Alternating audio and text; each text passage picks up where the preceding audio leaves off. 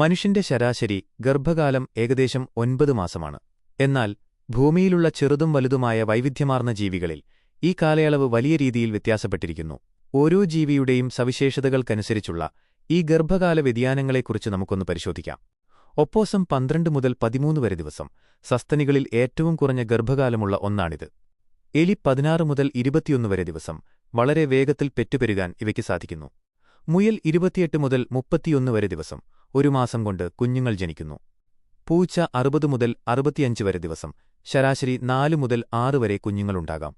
നായ 60 മുതൽ 65 വരെ ദിവസം, ഇനങ്ങൾക്കനുസരിച്ച് ചെറിയ മാറ്റങ്ങൾ വരാം. പന്നി 114 ദിവസം, 3 മാസം 3 ആഴ്ച 3 ദിവസം എന്നതാണ് ഇതിന്റെ കണക്ക്. സിംഹം 110 ദിവസം, ഏകദേശം 3.5 മാസം. ആട് 150 ദിവസം, സാധാരണയായി 1-2 കുഞ്ഞുങ്ങൾ. മനുഷ്യൻ 270 മുതൽ 280 വരെ ദിവസം, ഏകദേശം 40 ആഴ്ചകൾ. പശു 285 ദിവസം, മനുഷ്യന്റെ ഗർഭകാലത്തിന് ഏകദേശം തുല്യം. കുതിര 330 മുതൽ 340 വരെ ദിവസം, ജനിച്ച് ഉടൻ തന്നെ കുട്ടിക്ക് നടക്കാൻ സാധിക്കും. തിമിംഗലം 480 മുതൽ 540 വരെ ദിവസം, സമുദ്രത്തിലെ വമ്പൻ സസ്തനി. ജിറാഫ് 420 മുതൽ 450 വരെ ദിവസം, ജിറാഫുകൾ നിന്നുകൊണ്ടാണ് പ്രസവിക്കുന്നത്. ആന 640 മുതൽ 660 വരെ ദിവസം. കരയിലെ ജീവികളിൽ ഏറ്റവും കൂടുതൽ കാലം കുഞ്ഞിനെ ചുമക്കുന്നത് ആനകളാണ്. ഏകദേശം 2 വർഷത്തോളം, അതായത് 22 മാസമാണ് ആനകളുടെ ഗർഭകാലം. കുഞ്ഞുങ്ങളുടെ തലച്ചോറ് പൂർണ്ണമായി വികാസം പ്രാപിക്കാൻ ഇത്രയും സമയം അത്യാവശ്യമാണ്. ചില ഇനം സ്രാവുകളുടെ ഗർഭകാലം 2 വർഷം വരെ നീണ്ടുനിൽക്കാറുണ്ട്. കങ്കാരുക്കളുടെ ഗർഭകാലം വെറും 30 മുതൽ 40 ദിവസം വരെ മാത്രമാണ്. പ്രസവത്തിനുശേഷം വളരെ ചെറിയ കുഞ്ഞ് അമ്മയുടെ സഞ്ചിയിൽ കിടന്നാണ് ബാക്കി വളർച്ച പൂർത്തിയാക്കുന്നത്. കടൽക്കുതിരകളുടെ ലോകത്ത് അമ്മയല്ല, മറിച്ച് അച്ഛനാണ് കുഞ്ഞുങ്ങളെ ചുമക്കുന്നത്.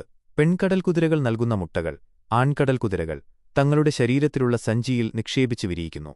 ജിറാഫ് പ്രസവിക്കുന്നത് നിന്നുകൊണ്ടാണ്. അതിനാൽ ജനിക്കുമ്പോൾ തന്നെ കുഞ്ഞ് ഏകദേശം 6 അടി ഉയരത്തിൽ നിന്ന് താഴേക്ക് വീഴുന്നു. ഈ വീഴ്ചയാണ് കുഞ്ഞിന്റെ പൊക്കിൾക്കൊടി വേർപെടുത്താനും ആദ്യത്തെ ശ്വാസമെടുക്കാനും സഹായിക്കുന്നത്. ബ്ലാക്ക് സലാമാൻഡർ ഉഭയജീവികളിൽ ഏറ്റവും ദൈർഘ്യമേറിയ ഗർഭകാലം ഇവയ്ക്കാണ്. സമുദ്രനിരപ്പിൽ നിന്നുള്ള ഉയരം കൂടുന്നതിനനുസരിച്ച് ഇവയുടെ ഗർഭകാലം 2 മുതൽ 3 വർഷം വരെ നീണ്ടുനിൽക്കാം. ഫ്രിൽഡ് ഷാർക്ക് സ്രാവുകളിൽ സ്പൈനി ഡോഗ് ഫിഷിനെപ്പോലെ തന്നെ അത്ഭുതപ്പെടുത്തുന്ന ഒന്നാണ് ഫ്രിൽഡ് ഷാർക്ക്. ഇവയുടെ ഗർഭകാലം ഏകദേശം 3.5 വർഷം, അതായത് 42 മാസം വരെയാണെന്ന് കരുതപ്പെടുന്നു. നട്ടെല്ലുള്ള ജീവികളിൽ ഏറ്റവും ദൈർഘ്യമേറിയ ഗർഭകാലം ഇതാണെന്ന് പറയപ്പെടുന്നു. ചില ജീവികൾക്ക് ഗർഭധാരണത്തിനുശേഷം ഭ്രൂണത്തിന്റെ വളർച്ച താൽക്കാലികമായി നിർത്തിവെക്കാൻ സാധിക്കും. കാലാവസ്ഥ അനുകൂലമാകുമ്പോൾ മാത്രമേ പിന്നീട് വളർച്ച തുടരുകയുള്ളൂ. ജീവികളുടെ ഈ കഴിവിനെ ഡിറ്റൈൻഡ് ഇംപ്ലാന്റേഷൻ എന്ന് പറയുന്നു. തേനീച്ചകൾക്ക് സസ്തനികളുടേതുപോലെ ഗർഭകാലം എന്നൊന്നില്ലെങ്കിലും ഒരു റാണി തേനീച്ച തന്റെ ജീവിതകാലം മുഴുവൻ മുട്ടയിടാൻ ആവശ്യമായ ശുക്ലം ശരീരത്തിൽ സംഭരിച്ചുവെക്കുന്നു. ഇത് വർഷങ്ങളോളം കേടുകൂടാതെ സൂക്ഷിക്കാൻ അവയ്ക്ക് പ്രത്യേക സംവിധാനമുണ്ട്. പ്ലാറ്റിപ്പസ് ഇതൊരു സസ്തനിയാണെങ്കിലും കുഞ്ഞുങ്ങളെ പ്രസവിക്കില്ല, പകരം മുട്ടയിടുകയാണ് ചെയ്യുന്നത്. മുട്ട വിരിഞ്ഞുവരുന്ന കുഞ്ഞുങ്ങൾ അമ്മയുടെ പാല് കുടിച്ചാണ് വളരുന്നത്. പ്രകൃതിയിലെ അപൂർവമായ ഒരു പ്രതിഭാസമാണിത്. പ്രകൃതിയുടെ വൈവിധ്യമാർന്ന വിസ്മയങ്ങളിലൊന്നാണ് ഓരോ ജീവിയുടെയും പ്രത്യുൽപാദന രീതിയും ഗർഭകാലയളവും.